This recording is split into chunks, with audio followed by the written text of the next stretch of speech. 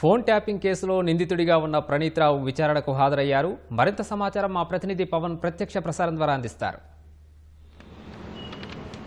Phone tapping కేసులో కీలకంగా వ్యవహరించిన డీఎస్పీ ప్రణీత్ రావు ఇవాళ మూడోసారి సిట్ ఎదుటైతే కాసేపటి క్రితమే విచారణకు హాజరయ్యారు. ప్రస్తుతం అయితే సిట్ దర్యాప్తు బృందం అయితే ఆయన విచారిస్తుంది. ఫోన్ ట్యాపింగ్ కేసులో ఎస్ఓటీ స్పెషల్ ఆపరేషన్స్ టార్గెట్ అనేటువంటి ఒక ఎస్ఓటీని ఏర్పాటు చేసిన తర్వాత ఇదంతా కూడా ప్రధాన నిందితుడు ఏవన్గా ఉన్నటువంటి ప్రభాకర్ రావు ఆధ్వర్యంలో జరగగా దీనికంతా కూడా డీఎస్పీ ప్రణీత్ రావే నేతృత్వం వహించారు. ఈయన ఆధ్వర్యంలోనే దగ్గరుండి ఈ ఫోన్ ట్యాపింగ్కి సంబంధించినటువంటి కార్యకలాపాలన్నీ చూసుకోవడం, ఆ తర్వాత డిసెంబర్లో 2023 డిసెంబర్లో ఎన్నికల ఫలితాలు రావడం, ఆ తర్వాత హార్డ్ డిస్కులను మూసీ నదిలో ధ్వంసం చేసి వాటి ఉపకరణాలను మూసీ నదిలో పడేయడం, ఇదంతా కూడా ప్రణీత్ రావు దగ్గరుండి ఇదంతా ఆయన చేశారు. కాబట్టి ఈ కేసులో ఆయన కీలకంగా ఉన్నాడని చెప్పుకోవచ్చు. ఇప్పటికే ప్రణీత్ రావును ఈ నెల 13 అలాగే 18వ తేదీలో ఇప్పటికే 2 సార్లు సిట్ అధికారులు విచారించారు. ఇవాళ మరోసారి 3వ విడతగా విచారిస్తున్నారు. ఇప్పటికే గతంలో ఆయనను అరెస్ట్ చేసి రిమాండ్కు తరలించిన తర్వాత కోర్టు అనుమతితోటి కస్టడీకి తీసుకొని ఇప్పటికే విచారించినటువంటి సిట్ అధికారులు అయితే తాజాగా 13వ తారీఖు 18వ తారీఖు తిరిగి ఇవాళ మరోసారి అయితే సిట్ అధికారులు ప్రణీత్ రావును అయితే విచారిస్తున్నారు. అసలు ఎవరెవరి ఫోన్లపై నిఘా ఉంచారు, మీకు ఈ సమాచారం ఎవరి ఫోన్లపై నిఘా ఉంచాలనేటువంటి ఒక సమాచారం ఎవరు అందజేశారు ఏంటి అనే పూర్తి ఈ ప్రశ్నలన్నిటికీ కూడా తాను ప్రభాకర్ రావు ఆదేశాలనే అమలు చేశాను తప్పితే తాను సొంతంగా తీసుకున్నటువంటి నిర్ణయాలు ఏం లేవని ఇప్పటికే ప్రణీత్ రావు ప్రతి విచారణలో కూడా చెప్పుకొస్తున్నట్టుగా కూడా మనకు తెలుస్తుంది. ఈరోజు ఇప్పటికే ప్రభాకర్ రావును 5 విడతలుగా విచారించారు పోలీసులు. ఈ నెల 9వ తారీఖున, 11వ తారీఖున, 14వ తారీఖున, తిరిగి 19వ తారీఖున, 20వ తారీఖున ఇలా ఇప్పటి వరకు 5 విడతలుగా విచారించారు ప్రభాకర్ రావుని. ఇటు ప్రణీత్ రావుని ఇవాళ 3వ విడతగా విచారిస్తున్నారు. అయితే ఈ కేసులో ఒక్కసారి అంటే గతంలో ఎస్ఐబిలోకి ప్రభాకర్ రాకముందు నల్గొండ ఎస్పీగా ప్రభాకర్ రావు ఉన్న సమయంలో బీబీ నగర్ ఎస్ఐగా ప్రణీత్ రావు పనిచేశారు. ఆ తర్వాత ప్రభాకర్ రావు ఇటు ఇంటెలిజెన్స్లోకి వచ్చిన తర్వాత ప్రణీత్ రావు కూడా ఇంటెలిజెన్స్లో చేరారు. ఆ తర్వాత 2017లో ప్రణీత్ రావుకు సిఐగా పదోన్నతి లభించింది. ఈ క్రమంలోనే ఫోన్ ట్యాపింగ్ జరిగింది. ఎస్ఓటీని ఏర్పాటు చేశారు. ఈ ఎస్ఓటీకి ప్రణీత్ రావు నేతృత్వం వహించారు. దగ్గరుండి కార్యకలాపాలు అన్ని ఆయనే చూసుకున్నారు. అటు అప్పుడున్నటువంటి అధికార పార్టీకి అనుగుణంగా అప్పుడున్నటువంటి పార్టీకి ప్రభుత్వానికి లబ్ధి చేకూర్చేందుకు ఇటు ప్రతిపక్ష పార్టీలకు సంబంధించినటువంటి నాయకుల ఫోన్లు కావచ్చు, ప్రైవేటు వ్యక్తులు, వ్యాపారవేత్తలు, అలాగే జర్నలిస్టులు, జడ్జిలు ఇలా అనేక మంది ఫోన్లు ట్యాప్ చేశారని చెప్పి కూడా ఇప్పటికే సిట్ గుర్తించింది. అయితే అప్పుడు ఫోన్ ట్యాపింగ్ కు పాల్పడ్డారు, ఫోన్ ట్యాపింగ్ కి సహకరించాడు, ఫోన్ ట్యాపింగ్ లో అప్పటి ప్రభుత్వానికి లబ్ధి చేకూర్చాడు అనేటువంటి ఒక ఈ తరుణంలోనే ప్రణీత్ రావుకు 2017లో సిఐగా ప్రమోషన్ వచ్చిన తర్వాత 5 ఏళ్లకే 2023 మార్చి 31న డిఎస్పీగా పదోన్నతి లభించింది. ఈ వ్యవహారంపై కూడా సిట్టు పూర్తిగా కూపీలాగుతుందని చెప్పుకోవచ్చు. ఎందుకంటే 2007 బ్యాచ్కు చెందినటువంటి ప్రణీత్ రావు, ఆయన బ్యాచ్ లో మొత్తం 450 మంది ఎస్ఐలు ఉండగా ఇప్పటి వరకు ఈయనొక్కరు మాత్రమే డిఎస్పీ అయ్యారు. ఈ మొత్తం వ్యవహారంపై కూడా సిట్ అధికారులు అయితే కూపీలాగుతున్నారని చెప్పుకోవచ్చు. ఎందుకంటే 2022 ఉప ఎన్నిక ప్రణీత్ రావుకు బాగా కలిసి వచ్చిందని చెప్పుకోవచ్చు. ఎందుకంటే 2022 ఉప ఎన్నిక, మునుగోడు ఉప ఎన్నిక తర్వాత 2023 మార్చి 31న ఈయనకు పదోన్నతి లభించింది. అయితే డిసెంబర్లో ఎన్నికల ఫలితాలు వచ్చిన తర్వాత, శాసనసభ ఎన్నికలకు సంబంధించి ఫలితాలు వచ్చిన తర్వాత వీటికి సంబంధించి ఫోన్ ట్యాపింగ్కి సంబంధించి కంప్యూటర్లు కావచ్చు, హార్డ్ డిస్క్లు కావచ్చు, తమ ఫోన్లో ఉన్నటువంటి డేటా కావచ్చు, ఈ మొత్తాన్ని ధ్వంసం చేయాలని ప్రభాకర్ రావు ఆదేశాలు ఇచ్చినట్టుగా కూడా ఇప్పటికే ప్రణీత్ రావు ఒప్పుకున్నట్టుగా కూడా మనకు సమాచారం అందుతుంది. ప్రభాకర్ రావు ఆదేశాలతోనే 2023 డిసెంబర్లో ఎన్నికల ఫలితాలు వచ్చిన తర్వాత ఇటు కంప్యూటర్లలోని హార్డ్ డిస్కులు కావచ్చు వీటన్నింటిని మూసీలో పడేసి ధ్వంసం చేసి వాటి ఉపకరణాలను మూసీలో పడేశారు. ఆ తర్వాత ఫోన్లలోని మొత్తం డాటాను కూడా డిలీట్ చేశారు. అయితే ఈ మూసీలో పడేసినటువంటి హార్డ్ డిస్కులను ఉపకరణాలను స్వాధీనం చేసుకుని పోలీసులు దాన్ని FSL కు పంపించారు. FSLలో వచ్చినటువంటి రిపోర్ట్లోనైతే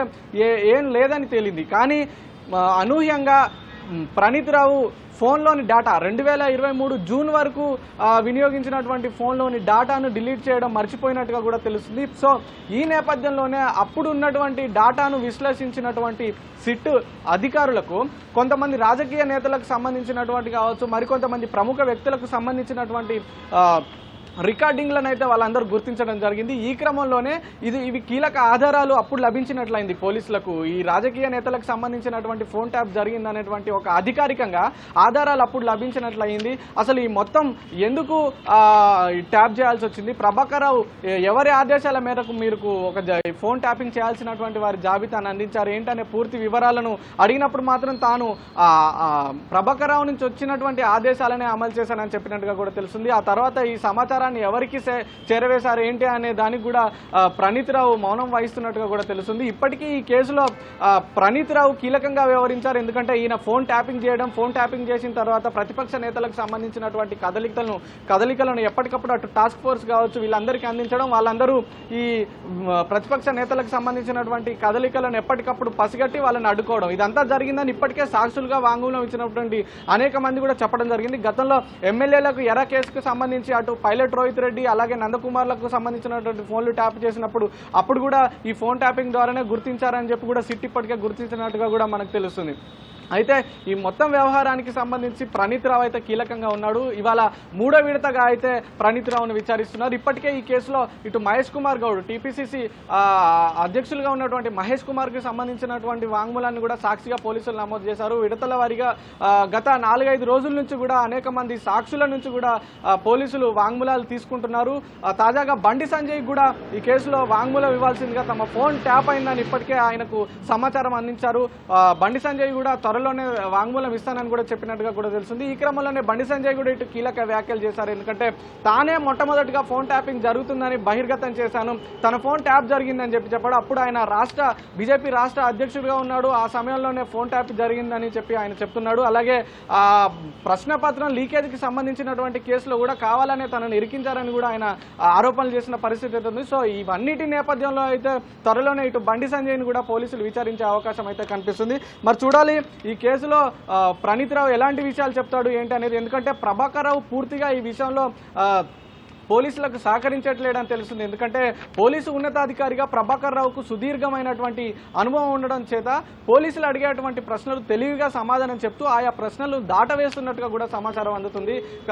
అనూహ్యంగా తాజాగా మరొక కీలక విషయం కూడా వెలుగులోకి వచ్చింది. ప్రభాకర్ రావు ప్రజాప్రతినిధులు కావచ్చు, అప్పుడు ఉన్నటువంటి ప్రభుత్వ నేతలు కావచ్చు, వీళ్లతో తనకి సంబంధం లేదని, అప్పుడు ఉన్నటువంటి డీజీపీ ఆదేశాలతోనే తాను అమలు చేశానని చెప్పి కూడా ప్రభాకర్ రావు చెప్పినట్టుగా కూడా తెలుస్తుంది.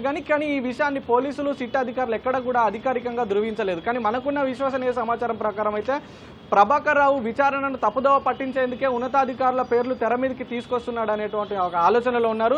ఆ విషయంపై కూడా నిజానిజాలు నిగ్గు తేల్చే పనిలో కూడా సిట్ అధికారులు ఉన్నారు. కానీ ప్రభాకర్ రావు పూర్తి స్థాయిలో విచారణకు సహకరించినందున కీలక విషయాలు రాబట్టడం పోలీసులకు కొంత సవాల్గా మారింది. ఈ క్రమంలోనే పోలీసులు ప్రభాకర్ రావుకు సుప్రీంకోర్టును ఆశ్రయించే అవకాశం అయితే కనిపిస్తుంది. ఎందుకంటే సుప్రీంకోర్టు తప్పనిసరిగా పోలీసులకు విచారణకు సహకరించాలని ఇప్పటికే ఇటు ప్రభాకర్ రావుకు సూచించిన నేపథ్యంలో కోర్టు ఆదేశాలను ఖాతరు చేయకుండా ప్రభాకర్ రావు విచారణకు సహకరించట్లేదని త్వరలోనే సుప్రీంకోర్టుకు వెళ్లే అవకాశం అయితే కనిపిస్తుంది. మరి చూడాలి. ఈ రోజు మళ్ళీ 3వ విడతగా ప్రణీత్ రావు ఇచ్చేటువంటి వాంగ్మూలం అయితే ఈ కేసులో కీలకంగా మారనుంది. ఎందుకంటే ఈ ఎస్ఓటీకి సంబంధించి దగ్గరుండి ఆయనే అన్ని కార్యకలాపాలను చూసుకున్నారు. ఇటు ప్రణీత్ రావు ఇచ్చేటువంటి వాంగ్మూలాలు, ఇటు సాక్షులు ఇచ్చేటువంటి వాంగ్మూలాలు, వీటన్నిటిని మరొకసారి ప్రభాకర్ రావు ముందుంచి త్వరలోనే ప్రభాకర్ రావును కూడా విచారించే అవకాశం అయితే మనకు కనిపిస్తుంది. ఈరోజు సాయంత్రం వరకు కూడా ఈ ప్రణీత్ రావుకు సంబంధించినటువంటి విచారణ అయితే కొనసాగే అవకాశం అయితే కనిపిస్తుంది.